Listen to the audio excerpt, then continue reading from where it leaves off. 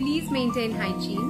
সুজিতকে কেউ তার বিবাহিত জীবনের বিষয়ে প্রশ্ন করে না, কিন্তু আমায় করে।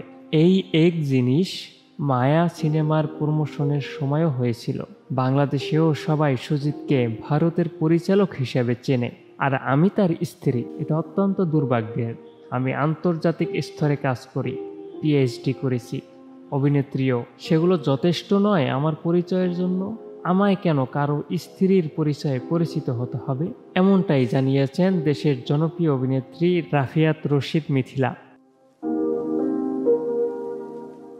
ওপার বাংলার স্বনামধন্য পরিচালক সুজিত মুখার্জিকে বিয়ে করেছেন দেশের জনপ্রিয় অভিনেত্রী রাফিয়াত রশিদ মিথিলা। এরপর দুই বাংলাতেই সমান তালে কাজ করে চলেছেন তিনি। যদিও তাদের বিয়ে নিয়ে নিন্দুকদের সমালোচনা নিয়ে কমতি ছিল না, তবে সেই সমালোচনাকে পাশ কাটিয়েই দিব্যি ভালো আছেন। সম্প্রতি ভারতীয় এক গণমাধ্যমে দেওয়া সাক্ষাৎকারে সুজিতের সঙ্গে সংসার জীবনের অদ্ভুত এক বিড়ম্বনার কথা জানিয়েছেন এই তারকা।